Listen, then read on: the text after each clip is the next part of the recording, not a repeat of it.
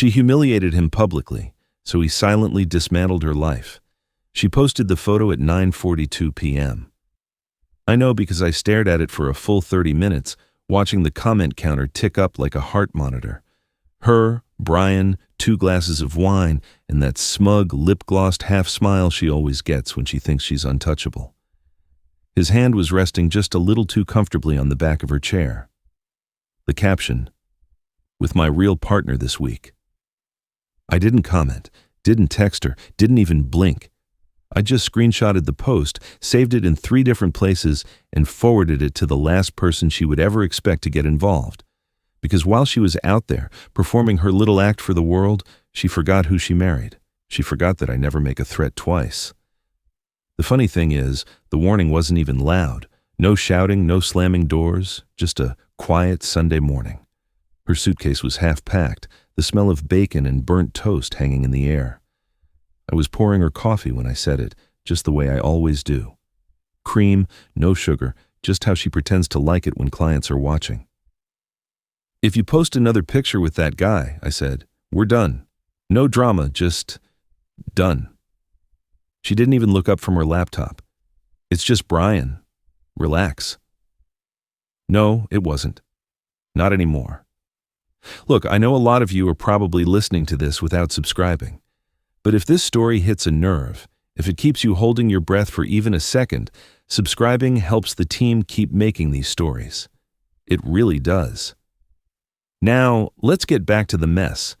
We'd been doing this dance for months, conferences, business trips. Brian's just in my department. He's harmless. But harmless people don't text your wife after midnight with a champagne emoji and a "good luck tomorrow." Harmless people don't leave their cufflinks on your bathroom sink. Yes, I found them. No, I didn't say a word. Why? Because I don't play fair. I play the long game. You see, this wasn't just about infidelity. I could have handled the lies, the passive-aggressive jabs, the fact that she started buying 2 of everything as if she were splitting up a future I wasn't in. No, this was about something worse. Public disrespect. The kind that doesn't whisper behind your back, but laughs in your face. The kind that makes other people start to think they can do it too. She knew exactly what she was doing. She posted it during a company dinner, dressed like she was selling perfume in a courtroom. All her coworkers commented with heart and queen emojis, as if they weren't watching a woman detonate her own marriage with a smirk. I didn't block her. I didn't rage. I just waited for the comments to die down and the clock to tick past midnight. Then I picked up my phone and hit send on a draft I'd written weeks ago. Subject: conflict of interest, immediate review required.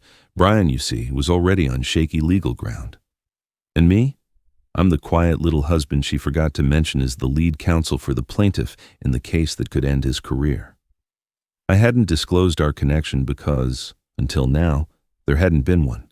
She had made him part of her personal narrative, and that made him fair game. You'd think the story ends there. Like, boom, the second she hit post, it was over. But no, this wasn't a Hollywood gotcha moment. It was a slow, spiraling collapse, like watching a glass of red wine tipping over in slow motion onto a white carpet. And I'd been holding the edge of the table the whole time. She came home 4 days later like nothing had happened. Waved from the Uber, suitcase rolling behind her, lips already moving about some keynote speaker and how the hotel forgot her vegan breakfast order. She had no idea. Not yet. But the shift began that night. First the locks, then the envelope, then the call from her boss. Oh, you're gonna love that one, but we'll get to it. Just know this, when a man warns you once and then goes completely silent, you should have packed a second bag. The first comment under the photo read, "Power couple." Then a cascade of hearts, champagne bottles, the predictable, "You guys look amazing," nonsense from the same office echo chamber that congratulated each other on every minor accomplishment like they were winning Nobel Prizes. She soaked it up naturally. She always did. That picture was her dopamine hit for the week. The digital high of being seen, of flaunting a version of herself she believed was invincible. She never stopped to wonder why Brian looked so stiff in the photo, why his smile was a little thinner than usual, why his arm wasn't quite committed to the embrace. She definitely didn't notice that his eyes weren't on the camera. They were on someone just out of frame. Probably the waiter, or maybe the woman at the next table who recognized him from LinkedIn. Or worse, from the litigation. Because here's the truth she didn't know and probably still doesn't fully grasp. Brian is being sued. Not for something trivial like missing quarterly targets. No, he's under litigation for breach of fiduciary duty, contract fraud, and violation of a non-disclosure clause that was so ironclad it might as well have been written in blood. And the plaintiff? A mid-sized fintech company out of Austin that lost 7 figures because Brian thought he was slick enough to consult for a competitor under the table. And me? I'm the lawyer leading that case. Oh yeah, picture it. Your wife is bragging about her real partner online while he's neck-deep in legal quicksand, and her husband is the one holding the shovel. I had kept my involvement quiet. There had been no reason to disclose it. She never talked about Brian at home beyond superficial updates. And I'm not the jealous type, but I am the observant type. And I knew from the first time she mentioned his name, with that little lilt in her voice like she was chewing on a piece of candy, that he was going to be important later. Turns out, later came faster than either of us expected. I didn't send a furious text. I didn't flood her inbox. I wrote a single email. Subject: conflict of interest, potential leverage. Sent to my firm's managing partner, CCing the senior counsel. I attached 2 screenshots, one of the Instagram post and one of her LinkedIn profile, showing that she and Brian worked for the same company, on the same client portfolio, during the same period the breach occurred. I included no commentary, just the facts. I let them speak louder than any threat ever could. See, the problem with people like Brian, and increasingly people like her, is that they forget the details. They chase the ego and forget the paper trail. They post selfies and forget the NDAs. They think a like is just validation, not potential evidence in a discovery process. And she thought this was just a harmless, flirty snapshot. She didn't consider that it showed proximity, alignment, that it created the unproven but suggested impression that she might have been feeding him inside information, or, worse, softening client resistance through her connections. All speculative, of course, but speculation is a dangerous thing in courtrooms and boardrooms alike. I didn't need to scream. I didn't need to threaten divorce or post a passive-aggressive response. I just needed to introduce enough noise into the legal process to trigger scrutiny. And, oh, it worked. Within 24 hours, Brian's inbox lit up with an internal escalation, urgent review, external relations, potential ethics violation. The firm's general counsel was CC'd. His face reportedly went pale during his morning call, and she, still oblivious, was sending him selfies from the airport telling him they broke the internet that week. Oh yeah, more like a lease agreement with no security deposit and a clause they never read. But the best part, the real slow burn beauty of it all, wasn't over.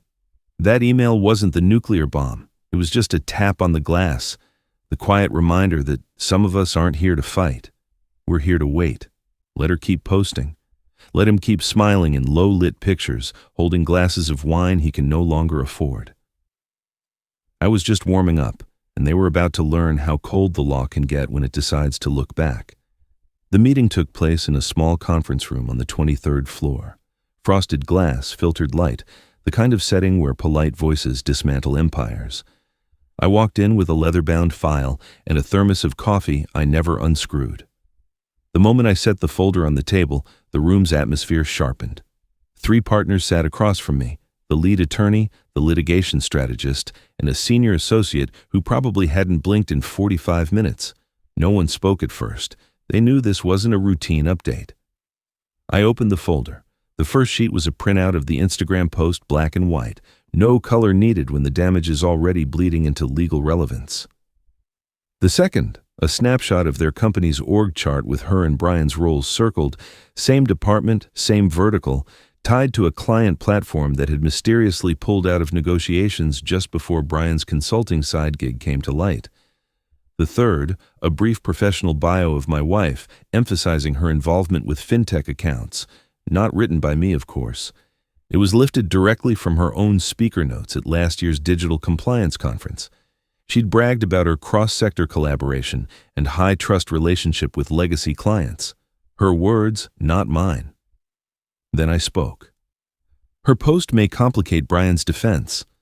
Nobody laughed. Nobody asked questions. They all knew what I was implying without saying the words.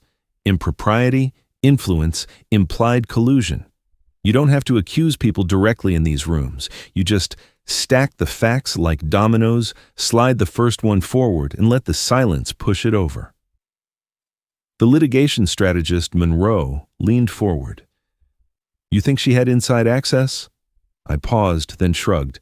She had pillow talk. Monroe smiled, but there was nothing kind in it. That's admissible under perception of bias if opposing counsel can't disprove it, correct? Exactly. See, we didn't have to prove she did anything. The existence of the post, the caption, the timing, and their joint connection to a disputed account created an atmosphere. And in law, perception is half the war. You make a jury feel doubt, even for a second, and suddenly the facts don't matter. Only the narratives do. Monroe turned to the strategist. We've been waiting for a variable like this, an opening, something emotional. He nodded. Now you have one. They didn't ask why I'd waited so long. They didn't care that I was married to the woman in question. This was a paper war. Personal feelings don't enter the minutes. They started talking next steps, how to subtly reference the photo in pretrial motions, how to build a line of questioning around shared company assets, how to connect the social optics to the ethical violations Brian was already on the hook for. I listened. I watched them build the scaffolding for what would become a very public collapse, and I didn't stop them. I just passed them one last document, the date of the company retreat where Brian allegedly accessed documents he shouldn't have, and a photo from that same trip showing her name badge hooked onto his lanyard. Let's just say, I murmured, they were close. The room went silent again. This is what she never understood. To her, this was an affair, a flirtation, a bit of digital performance art to stir up jealousy and admiration. But Brian wasn't just a colleague with good hair and passive-aggressive charm. He was a man standing on a legal razor's edge. And now, thanks to her photo shoot, she had handed my team the handle. The meeting ended with no handshakes, no pats on the back, just quiet nods and closed folders. I walked out of the room with one last warning. Let me know before you make a move. I want this to be clean. Because when you pull a trigger like this, you don't aim to wound, you aim to scatter. And by the time she got off the plane, smiling like she'd won something, the crosshairs had already settled, and she didn't even know she'd just become Exhibit A. Brian saw the email subject line just after lunch. Urgent disclosure required. It wasn't from inside the firm. No, this one came from an external risk consultancy hired by his general counsel, a small outfit known for its forensic ethics audits, and ironically, public perception mitigation. They didn't send friendly reminders or annual surveys. When you heard from them, it meant a fire had already started, and you were either the spark or the fuel. He opened the email 3 times, reread the body twice, then stared at the screen as if blinking might change the meaning. It didn't. The message was clear. Due to recent developments concerning your publicly visible relationship with an employee tied to active accounts under investigation, we require a full disclosure of the nature and timeline of your personal interactions. This includes any off-site meetings, digital communications, and shared access to sensitive systems over the last 12 months. Failure to comply will be escalated to HR and the legal department. Brian didn't breathe for a full 20 seconds. Then he did what most men like him do when they're smart enough to know they're in trouble, but dumb enough to think they can talk their way out of it. He panicked and texted her. What did you tell your husband? She didn't answer right away. She was boarding a connecting flight, of course, probably halfway through a latte, blissfully unaware that the caption she posted for attention had just opened a formal ethics inquiry. By the time she replied, "Nothing, relax," it was too late. Because HR wasn't waiting. The photo had circulated internally, not through gossip but through a flagged alert. Their compliance bot, a charming piece of AI they'd bragged about at last year's leadership summit, had picked up the image via image scraping, facial recognition, and geotagging. It matched Brian's face, her profile, and their firm's account portfolio in under 6 minutes. That post wasn't just embarrassing, it was damning. And it didn't matter that she said, Relax. Brian was already neck-deep in an open case with digital fingerprints all over it. His name was in Slack messages. His initials were buried in the metadata of shared presentations. None of it was proof of wrongdoing, yet. But now that the spotlight had shifted, all of it became evidence. Even the way they looked at each other in company photos would be up for analysis. And she was too arrogant to understand how serious it was. Still floating from the thrill of a dozen likes and a few flirty DMs, still convinced that if she just told everyone it's not what it looks like, people would take her word over the timeline. But the noose wasn't waiting for an explanation. It was tightening from both ends. Brian's direct supervisor scheduled an emergency call. No agenda, just a now. He spent half the call mumbling, "It was nothing. We just had dinner. It's not like that." The supervisor didn't argue. He just said, "Then why are we getting a potential pre-litigation inquiry with your face on it?" Meanwhile, at her firm, HR had already opened an internal review. Quietly. Her assistant, who used to idolize her, had been asked to provide all calendar records for the last 6 months. Her team lead was pulled into a closed-door meeting, asked if any client-facing documents had been shared outside the communications protocol. Her name came up more than once, because the photo wasn't just unprofessional. It suggested intimacy, familiarity, maybe access. And in the corporate world, the perception of collusion is often punished more harshly than actual misconduct because it taints everyone. She sent another text to Brian later that night. "They're not actually going to do anything, right?" He didn't reply. Not because he didn't want to, but because he was already on a call with his own legal defense counsel, someone he'd paid for out of pocket, trying to figure out how many documents she might have seen while sitting next to him, smiling over a glass of wine, thinking none of this would ever matter. But it did matter, because every moment, every word, every shared Google Doc or forwarded calendar invite, it was all being re-examined now. And the best part? None of it came from an accusation. It started with a caption, a hand grenade tossed into a digital world that never forgets. "With my real partner." Now, she was about to find out what happens when the court of public image becomes an actual court. And Brian, he was already sinking and grabbing at anything to keep from drowning, including her. She came home on Thursday night, the wheels of her carry-on suitcase clicking on the driveway like a slow drum roll.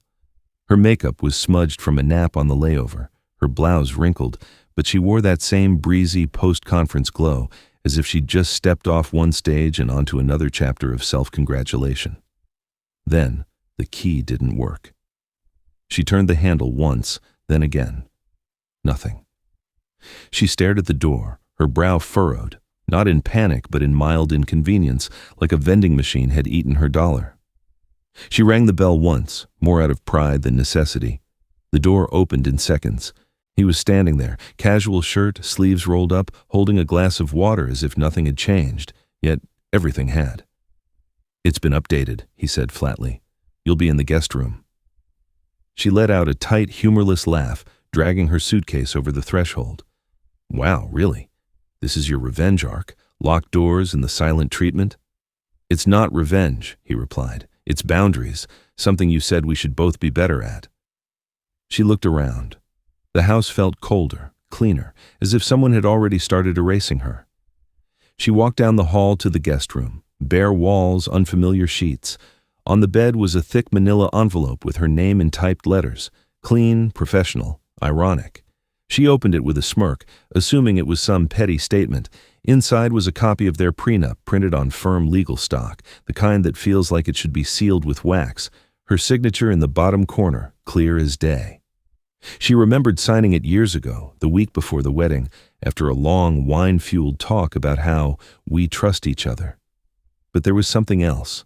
A highlighted clause, yellow ink, a precise box drawn around it. In the event of public actions resulting in harm to the shared financial estate, including but not limited to reputational damage, extramarital entanglements, or public association with litigated parties, this agreement is subject to immediate reassessment and asset protection amendments at the discretion of the non-affected party. Her smirk wavered, barely holding its shape. "This wasn't in the original," she muttered, flipping to the last page. That's when her stomach dropped. The date of the amendment, August 14th of last year. A year ago, not last week, not during this conference. He had been planning this long before the wine glass photo, long before Brian, long before she even started testing the limits. She stared at the date again, as if the numbers might change if she looked hard enough. He had updated the prenup, and she had signed it, her own signature, right next to the notary's seal. She hadn't read it, probably just skimmed the first few lines, assumed it was something maintenance-related, something about refinancing or estate planning. He'd even called it a household security review when she asked. And she, distracted, overconfident, self-assured, had felt, signed, and gone back to her podcast on high-performance leadership habits. Now the trap had sprung. "Is this even legal?" she snapped, marching back into the hallway, papers in hand. He didn't look up from the book he was reading. "It's notarized. You signed it." "Yeah, you tricked me," she seethed. "No," he said, without inflection. "I prepared for you." She didn't answer. She couldn't. Because the worst part wasn't that he'd updated the prenup. It wasn't even that she'd signed away her position without a second thought. The worst part was realizing how early he'd stopped trusting her. A year ago? Maybe earlier. How many dinners had they shared while he was already drafting contingencies? How many weekend getaways had she treated as Instagram content while he was quietly moving assets, rewriting clauses, and cross-referencing her ego with legal precedent? She went back to the guest room in silence. Inside the envelope was a second, smaller document, a summary of the amendment's effects. It was bullet-pointed: shared liquid assets frozen, pending evaluation. Real estate reassignment review scheduled. Any financial liabilities incurred due to public entanglements no longer shared. There was also a handwritten note at the bottom. "I didn't make you choose him, but I made sure your choice wouldn't bankrupt me." She sat on the edge of the guest bed, numb, her carry-on still zipped, the house echoing in a way it never had before. Suddenly, the wine glass photo didn't feel witty or sexy or bold. It felt like an exhibit. And the caption, it felt like a confession, not just to the internet, but to her husband, the one who never raised his voice, the one she thought she could manage, the one who was always 5 moves ahead. On Friday morning, the phone buzzed just as she was finishing her second espresso, trying to convince herself that what happened last night, being locked out of her own bedroom, the prenup, the amendment, the line about not bankrupting him, was just a ridiculous, calculated tantrum. He'd get over it. He always did. He was methodical, yes, but not cruel, right? She picked up the call without even looking at the screen. "Hi, I'm about to—" "Don't talk, just listen." It was her boss. Her real boss, not the project lead or the team coordinator or whatever mid-level sycophant she'd been courting for the last year. No, this was the person who could erase her career with a single sentence, and he sounded furious. "Brian's lawyer just contacted us," the voice came through, icy, crisp, and fast. "They're flagging a conflict of interest, legal exposure, timeline overlaps. He's under investigation, and your name is now tied to it." She shot up from her chair. Coffee spilled on her blouse, but she didn't even notice. Wait, what are you talking about? I didn't say anything. I haven't—" "You don't have to say anything. You posed for it." Silence. Her mind raced, jumping between possibilities. She thought maybe Brian had panicked. Maybe he named her to deflect, but surely it wouldn't stick. She hadn't broken any laws, had she? The boss didn't wait for her to answer. "Did you have that man post that photo with you?" It was like a slap. She froze, the words dying in her throat. "Because," her boss continued, his voice rising, "we just got notice that our firm could be pulled into a formal complaint for harboring 2 individuals connected to an active federal-level business litigation. And if that photo becomes a key exhibit, we're not just talking about ethics reviews. We're talking reputational damage, serious board-level image problems. Clients will ask questions." She tried to respond. "I didn't. I mean, he posted it, but—" "Save it," her boss snapped. "You're suspended, effective immediately." Her legs felt a little weak, like she was about to sit down but couldn't find a chair. "Suspended? For how long?" "Indefinitely." There was no apology, no discussion, just the clean, cold tone of someone distancing themselves from a disaster before the smell gets on their shoes. "Don't come into the office," the voice added. "HR will be in touch, and if you even think about posting anything, personal or related to this case, your key card won't be the only thing we revoke." Click. She stood in the kitchen, still holding the phone to her ear, even though the call had ended. The espresso was still seeping into the fabric of her blouse, first warm, then cold. For the first time, it started to sink in. This wasn't going away. This wasn't a marital spat. This wasn't about a post or a flirtation or some ego-driven attempt at digital flirting theater. This was leaking into her real life, her career, and worse, it was doing it in exactly the way her husband had tried to warn her it might, quietly, without a single raised voice. She called Brian, straight to voicemail. Tried again, nothing. Her texts were being left unread. The little gray bubble that used to pop up with life so quickly when she messaged him was now dead and silent. He wasn't going to save her. He was already in survival mode. And she was quickly becoming a liability. She looked at her phone, at the last text her husband had sent her 3 weeks ago, just a grocery list. She hadn't noticed until now how empty her phone had become. No more group texts from coworkers, no more memes from her assistant. Her inbox was flooded, but not with plans, with warnings, alerts, silences from people who used to reply in seconds. She walked to the guest room. The envelope from last night was still on the nightstand. She opened it again, even though she knew every word by heart, just to hold it, to remind herself this wasn't a dream. And tucked behind the legal pages she hadn't noticed before was a small, handwritten card. Just 2 lines. You made a moment into a spectacle. I made a spectacle into a strategy. No signature, no flourish, just the brutal truth. She was losing everything, one phone call at a time. And no one, not Brian, not her boss, not her reflection in the mirror, was going to stop what came next. The email landed mid-afternoon with a simple bloodless subject line. Client request, representation adjustment. She opened it, expecting a reassignment, maybe someone stepping in temporarily while HR dealt with the noise. But the name at the top made her freeze. Greystone Financial. One of the firm's oldest, most stable clients, the kind that doesn't flinch, doesn't complain, doesn't even call unless the building is on fire. They'd been with her company for over a decade. She had personally worked their account for the last 3 years. Dinners, handshakes, late-night calls across time zones. She even flew to Chicago once to deliver a pitch in the middle of a blizzard. She had built a relationship, trust, loyalty. And now they wanted her off the account, permanently. The message was brief, as if less language made the request easier to digest. Due to recent developments and the public image surrounding ongoing litigation associated with Brian M., and the appearance of public content implying an intimate association with one of our key consultants during an active legal dispute, Greystone requests an immediate and permanent change in client representation. We cannot risk reputational contagion. Reputational contagion, as if she were radioactive. Her first instinct was denial. She picked up the phone, started typing a reply to her boss, then stopped. What would she say? That it was unfair? That the photo didn't prove anything? That the caption was a joke? That Brian hadn't even publicly liked it? None of it mattered anymore, because the fallout had jumped the walls. The legal blog post appeared later that night, one of those sharp, cynical pieces that starts slow and ends with a scalpel. Niche readership, but dangerously influential. It was titled, "When Intimacy Meets Litigation, The Ethics of Undisclosed Relationships in High-Stakes Cases." She was the lead image, not her name, her face, the same wineglass photo cropped tighter this time, zooming in on her and Brian smiling like a vacationing couple. The caption preserved at the bottom like a cigarette warning. "With my real partner this week."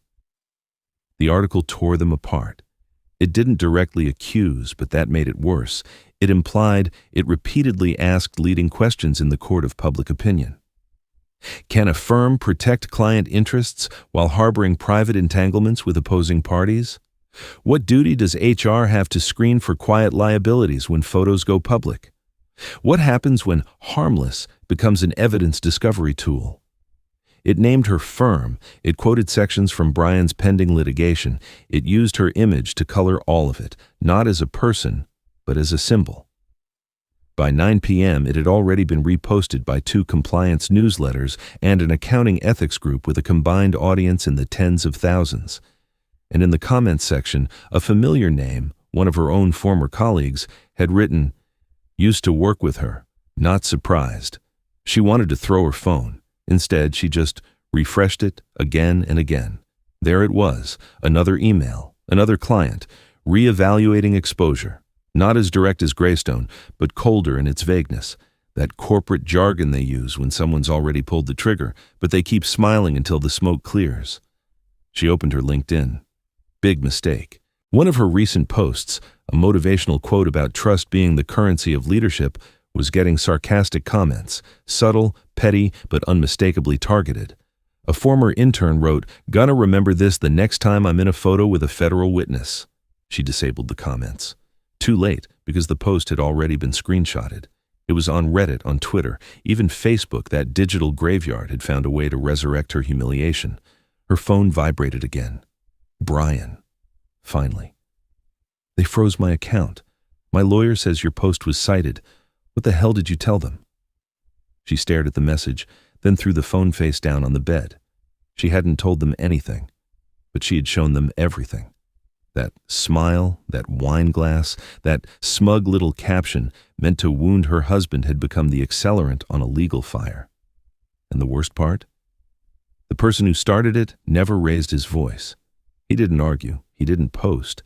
He just pulled a thread and let the fabric of her reputation unravel in real time. Now she wasn't just suspended. She was being erased, quietly and efficiently, by clients, by blogs, by whispers in meetings she would never be invited to again. And as panic tightened in her chest, one thought finally settled, heavy and permanent. This isn't going away. This is just part of what he planned. She waited until after midnight to make the call. Everyone else had gone silent. Brian's replies had dried up. Her manager hadn't responded to her last "Can we talk" email, and HR had sent a generic calendar invite marked mandatory. That silence was suffocating. The kind where every minute feels like you're waiting for a bomb to go off, even though the detonation already happened. So she dialed the one person she still believed would answer. Abby. They'd met freshman year of college, random roommates. They'd bonded over cheap red wine and panic attacks before midterms.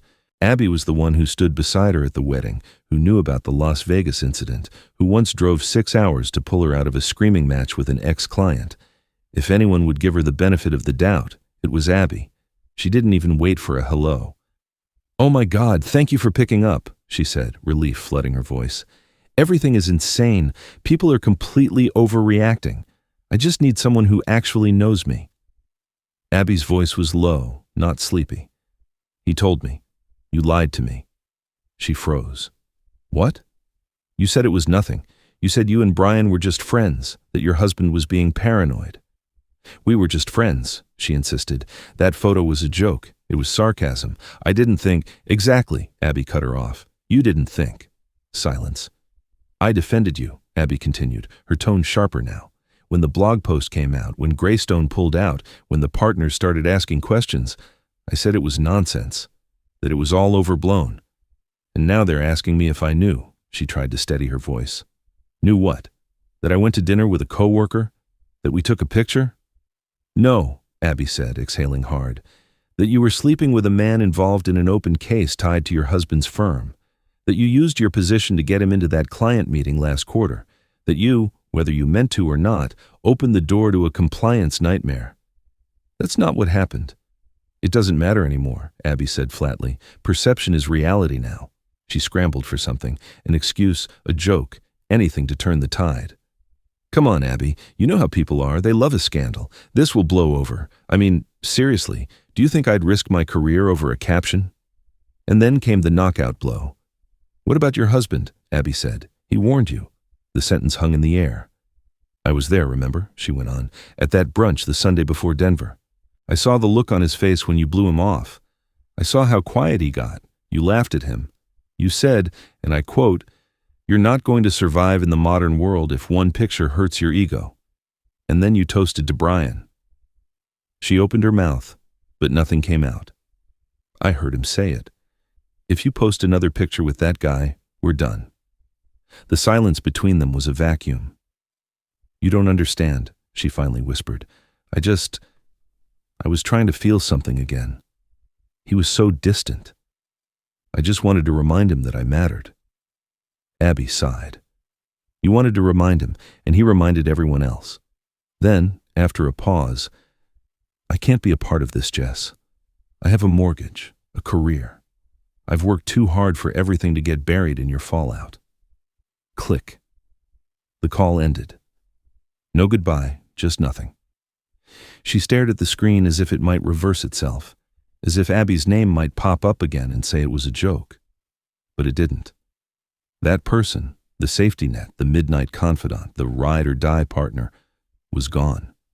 Not angry, just done. Now she was alone. Totally, cleanly, surgically alone. Her co-workers avoiding her in hallways she hadn't even walked down yet. HR treating her like a contagion wrapped in designer perfume. Brian, vanished, probably lawyered up. And now Abby, her last connection to the world that once felt so polished, so hers, had cut the rope and left her to drift. She scrolled through her contacts, but every name felt foreign now. Every number, a risk. Every past conversation, a potential transcript. Her social world had fractured, and the cracks ran deeper than she thought possible.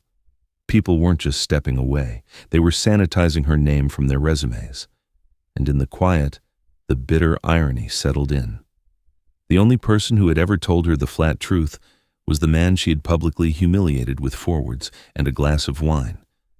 And now, not even her best friend could stand to be in her shadow. She got to the building just after 8 a.m., wearing a navy power dress she once considered her uniform, hair perfect, heels measured, face composed. The plan was simple. Get inside, make eye contact, smooth over the chaos, control the narrative. She'd rehearsed a dozen versions of what she would say. Witty, slightly apologetic, just self-aware enough to seem human, but not guilty. All she needed was 10 minutes in a room. But the keycard didn't work. She swiped it again. Nothing. The sensor blinked red. She looked at the receptionist through the glass. The woman was watching her with a tight, bureaucratic expression, like someone watching a minor car crash unfold in slow motion. "I think my card is glitching," she said, pulling on the door. The receptionist didn't move, didn't buzz her in. She picked up the phone. A minute later, 2 security guards walked over. Not aggressive, but definitive. That quiet choreography people use when they have done this before. "Ma'am, we're going to have to ask you to step aside and wait," one said, gesturing to the lobby bench. His tone was firm, emotionless, not disrespectful, but final. She felt the stares, from the security desk, from the intern by the elevators, even from the guy mopping the floor, who paused for a second too long before turning back to his bucket. She sat and waited. 10 minutes passed, then 15. The hum of the lobby felt louder than usual. Phones, footsteps, hushed conversations. None of it included her anymore. Finally, HR appeared, not her usual liaison. This was someone new, VP level, in a gray suit with a leather folder under her arm. No handshake, no pleasantries, just the folder handed directly into her lap. "Effective immediately," the woman said. She opened the folder. Inside was a sealed envelope. On the front, printed in bold, all caps, "By order of the General Counsel." She tore it open. Her eyes jumped straight to the key phrases, an instinct trained from years of reading contracts. Termination of employment, reputational risk to client relationships, violation of internal ethics standards, documented conflict of interest during ongoing litigation. And at the bottom, under the formal signature block, his name. Her husband's full name. General Counsel David Matthews. She blinked. No, that couldn't be right. Her brain refused to process it. The man she'd made fun of with her colleagues for being soft-spoken, the one she'd once dismissed as not ambitious enough for her circle, the one she publicly humiliated without him even flinching. He hadn't screamed, he hadn't fought. He had authored her termination. "Is this a mistake?" she asked, her voice cracking. "There wasn't even a meeting, no formal review. This has already been approved by executive leadership," the HR rep said. "It's unanimous." "But it's his name," she whispered. He's my He's the firm's general counsel, the woman interrupted, polite but firm. And this came through official channels. You'll be escorted to collect your personal items. Your access has already been deactivated. The terms of the severance are attached. She looked back at the page. Cold, mechanical language. No room for negotiation. No room to save face. And no way to spin it. She was out. Not on leave. Not under review. Gone. The security guard cleared his throat behind her, a gentle reminder to stand up. Her heels clicked against the floor louder than before as she followed them past the front desk, past the same interns who used to ask her for advice, past the hallway where her name used to be engraved on the doorplate, past the glass walls of the conference room where she'd once pitched seven-figure deals and accepted applause like confetti. Now, they didn't even look up. Her desk drawer had already been emptied into a file box, her nameplate gone. No farewell card, no awkward cake, just silence and sanitized erasure. She clutched the envelope as if it could still grow warm in her hand, as if the ink might run and say it was all just a bad dream. But it wasn't. She had turned a photo into a weapon. He had turned protocol into a weapon. And in the end, the man she'd laughed at for being too passive had orchestrated her public collapse with the precision of a surgeon and the emotion of a file clerk. There was no scandal to explain, no dramatic confrontation, just a memo, a signature, and a door that no longer opened for her. Because reputations can crumble in whispers. And hers had just been deleted. She came home that night, slower than usual. Not because of traffic, but because of the weight.